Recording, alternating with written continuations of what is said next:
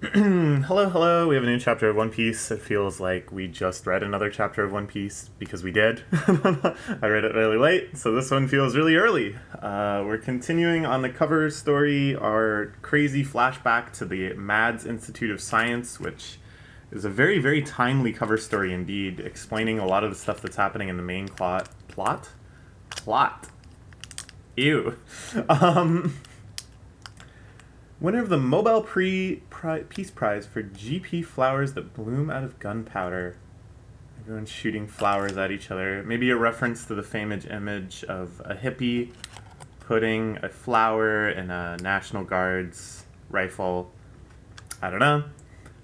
In the background, we see Judge Vinsmoke and Queen and Caesar Clown, and confirmed for sure that it was Stussy, or the clone of Stussy, that was in that one group shot of all the mad scientists. And then, we found out that the Stussy that we know that's in CP0 is in fact a clone that's been deep undercover in CP0, made by Mads at some point. It's not really clear where her allegiances lie, if anywhere. Maybe just to, like, Caesar Clown or something. Probably not to Vegapunk in any, long-term capacity. It doesn't seem like he has that sort of espionage in his mind. And then, I didn't realize this until afterwards. I was, doing a little bit of extra research.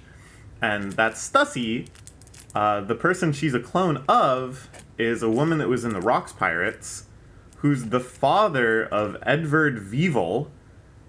She's the one that claims that she was Whitebeard's lover and had this kid with him, who's now absurdly powerful and one of the former Shichibukai. He wasn't a Shichibukai for long, but he's rampaging around trying to finish off former Whitebeard family members because she feels she's entitled to all of the treasure that Whitebeard ever collected. So that's the same person. She's not dead. And this is like the reincarnation of Stussy. She's just also alive and looks totally different, by the way.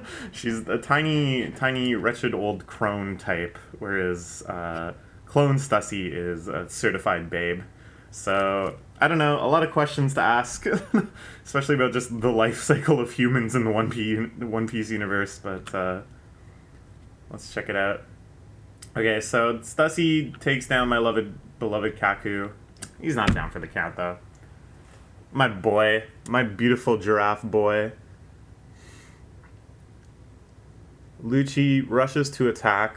No good. The paper art after image. She stabs him with sea prism stone lipstick. And then vampires him. Now, Steven will have to fight fair against men as powerful as you two. But forgive me, won't you? I like this sort of ambiguity in power levels here, where she's acknowledging that this is not just a straight up fight. They're kind of making themselves just relevant enough, And we don't get to see for sure. Like, Lucci was getting owned for sure by Luffy. We didn't really see enough of the Kaku versus Zoro battle to see how that would shake out. So they're keeping the CP0 power levels a little mysterious.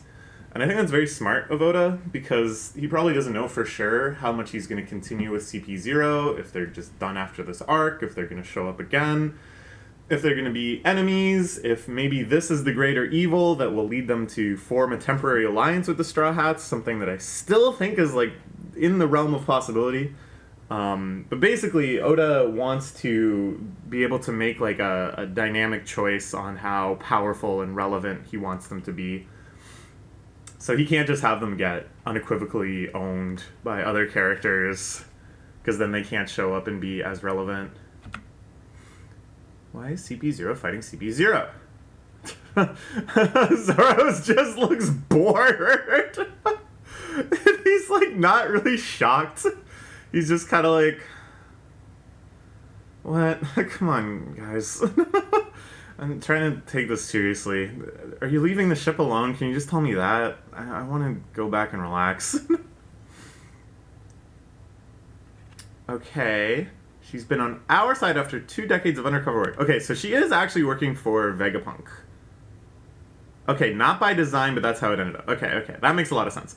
I couldn't really imagine Vegapunk to be the type to scheme something like this.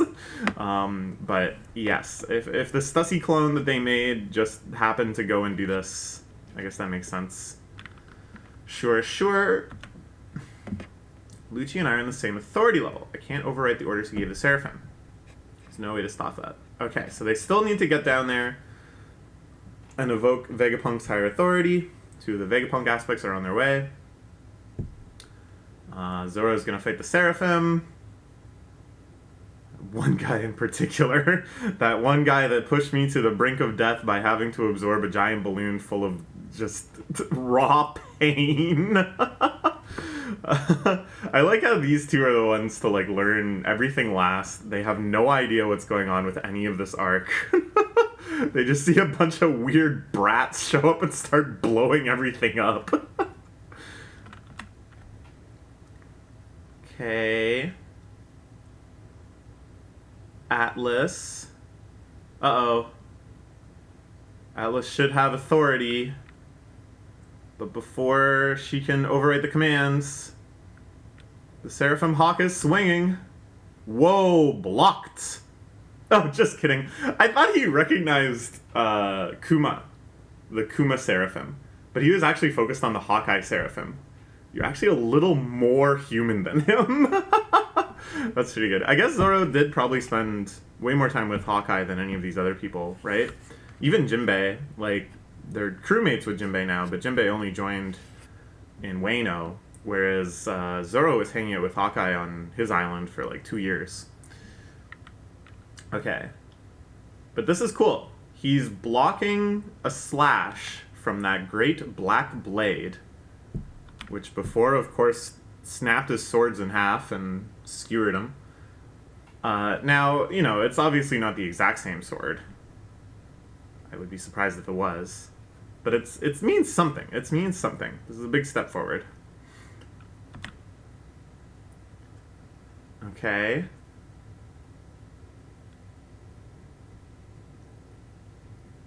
The Jinbei fires off one more laser. Aspect Edison almost hit. But it's all good. It's all good. Seraphim have stopped 2. Okay, sure. I love the design on Kuma's. It's so cute. Just like the more you learn about Kuma, the more these aesthetics feel like they have just severe contrast. That he I don't know, he's so like grim and serious in that one flashback shot we saw. And then in his robot form, of course, he's like the epitome of stoic, that he has no unnecessary emotions or anything. And then he's always just wearing all this cute bear stuff. Okay.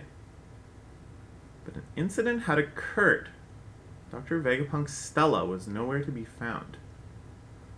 Okay, so Bonnie and the OG Vegapunk were in the Kuma memory room.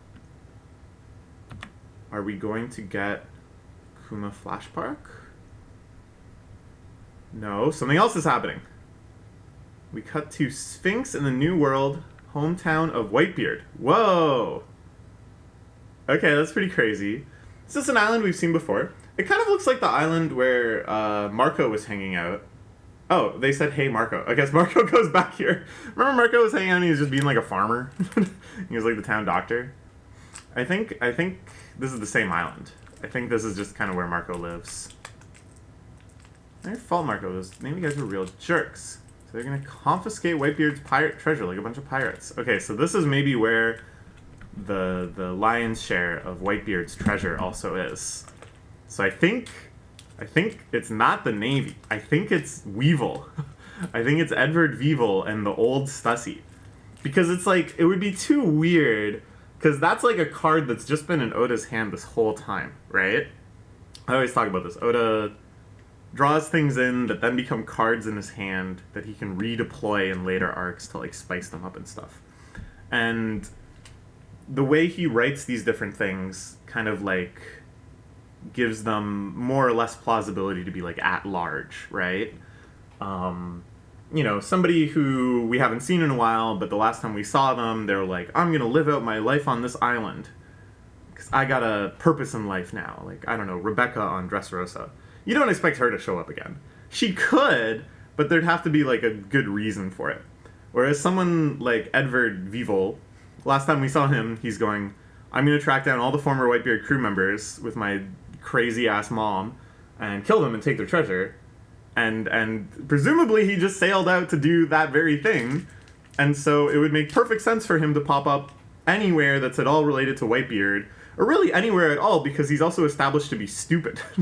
And this is maybe Oda's greatest writing trick, is that if you make your character stupid, then it's just very funny when they show up at a bizarre time, and you don't really have to explain it. But yeah, I think... Okay, so actually the last time we saw Weevil, I think he was getting surrounded by the world government and saying, or the Navy, and saying, you're not a Shichibukai anymore, now you're just, filthy pirate scum, we're here to arrest you. And he was gonna, fight them off. But maybe his mom schmooth talked through the situation and said, look, we're hunting down Whitebeard's pirates. We're kind of on the same side. We're anti-pirate as well. There's no more Shichibukai, but, we can make something work. And we know that a lot of the Navy's pretty corrupt, and maybe totally down in self-righteous ways to be like, let's go and take a whole bunch of treasure. This country is unaffiliated with the world government. The law doesn't protect you here. That looks like Nazumi, the corrupt Navy guy that was in cahoots with Arlong. Right? Family? Corrupt Navy family? Whitebeard left a vast treasure here. Don't tell us where it is. Let's go into execution. Sure. Don't point your gun at my brother. I thought I misread it, and I thought he went, point your gun at my brother. I was like, geez. Pay tribute to the government, you're a pack of monsters. This is sort of similar to Arlong Park. Except that with Arlong Park, there was actually, a mobster. There was actually, a Dawn that made this whole kickback, racketeering, extortion system work. Here it's just the phantom of Whitebeard. And instead they have a pirate trying to protect them. He's gonna shoot this old lady. Whoa! Okay. Captain Rattel. Another rat type. And Nazumi, of course, is also a mouse pun. So there he is. There's Weevil. Okay, I figured this was coming. Once I realized the Stussy connection, I was like, well, we gotta get Elder Stussy involved in the plot too. But it's like, this is a completely different island. Are these things really gonna be related? Like, what? How are they gonna get there from Egghead? Does it just happen to be close to Egghead? And did he just show up coincidentally with the Navy, or did the Navy bring him to fight Marco, and then he kind of forgot what they were doing, and instead just got really worked up on behalf of Whitebeard's hometown? Oh, never mind. He's just here on his own. They sent battleships after him when the warlords were disbanded. We can't get in touch with that entire squadron. His strength is just that monstrous. I really love this. I really love this as a character idea. To have Whitebeard, who never faltered a single panel, who died on his feet, right? Like, the epitome of badassery in One Piece. Used so sparsely and judiciously that they never once had to let up off the fact that he is, the boss of all bosses, right? So now it's kind of like, well, we never saw, a comedic side of Whitebeard. So now we're going to have this, fake Whitebeard. This bizarre, self-proclaimed son. Who knows what the heck he actually is. He is, indeed, very, very strong. We have no idea how he scales up in actual power levels compared to other top-tier threats or whatever. But he can take down battleships. That's pretty good.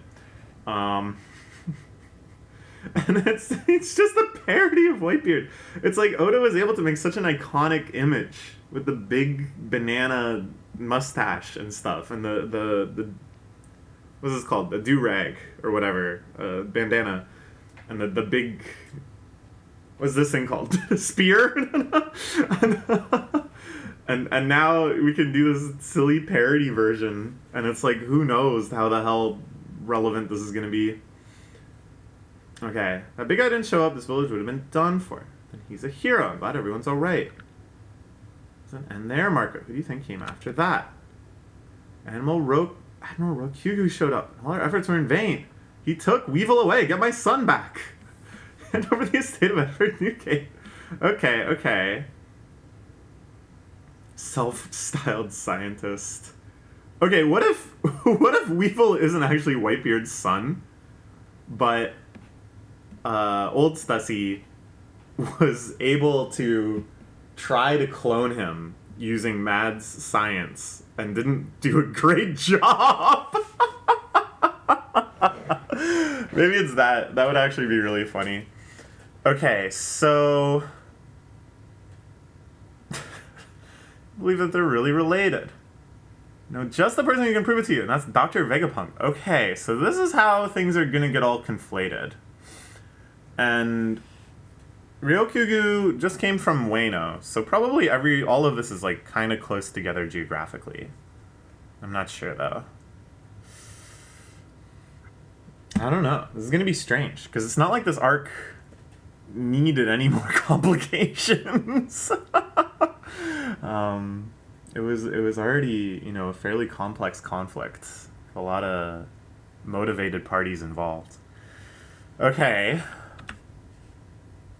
Whoa! Okay.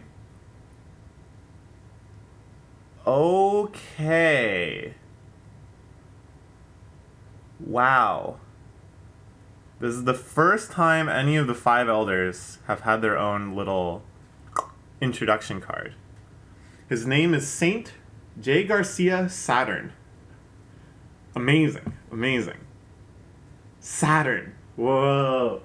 Because all of the planetary names have been so significant. So this convoy of battleships is on the way to Egghead. We knew Kizaru was on the way to Egghead. The fact that they're bringing in one of the 5 elders, presumably to take over the Seraphim, knowing that Vegapunk is their enemy and that Vegapunk is going to wield the Seraphim against them. Now they have the 5 elders, a representative. This is going to get nuts. Now, the question that people have been asking since these characters were first introduced in Link. When did they first show up? After Luffy beats Crocodile? Is it that far back? I think so. I think it's that far back. The big question is, are these guys actually powerful, or do they just wield a lot of authority? And for the longest time, I was on the side of, they just wield a lot of authority. And when we saw a lot of the other Celestial Dragons, they're not actually strong at all. All the other saints, they're sniveling little snot smears. We hate them. They have no real strength of their own. Their strength just comes through their authority. But the elders, they did seem a little different than all the other saints. They didn't live this weird life of decadence, as far as we could tell. They weren't abusing slave labor and stuff, as far as we could tell. They were just kind of chilling in that room. The one dude has a sword, the guy that kind of looks like Gandhi. And it's okay, maybe they are strong. And now that I understand a little bit better how much control Vegapunk and the sciences of the world government have over devil fruits, the idea that they have some really broken-ass devil fruits that they've acquired through the centuries, through any number of means, and that the 5 elders have partaken in such OP fruits, even if they are physically frail, even if they're not going to go blow for blow with anybody else involved in this arc, if this dude just has the death fruit, because Saturn was the god of death, among other things. That's why I'm saying the death fruit. He has the death fruit, and if he looks at somebody for too long, they just die. Right? It could be crazy shit like that. We don't even know. I think the way they've scaled the power level of devil fruits, where at the start it just kind of seems random, and it's sort of like how well you use the fruit. I think that's like really cool. And then they kind of expanded the world building and said, okay, but realistically, there is powerful entities in this world that are going to hoard the most powerful fruits and manipulate them and do all sorts of experiments to make them even stronger. So therefore, it's still this like lurking greater power that can have all of these sort of like primordial effects and stuff. It reminds me of like the primordial fear devils in Chainsaw Man. Anyways, this is very exciting. I can't wait for the next chapter. I'm sure you're all right there with me. This arc is getting crazy. All right, bye.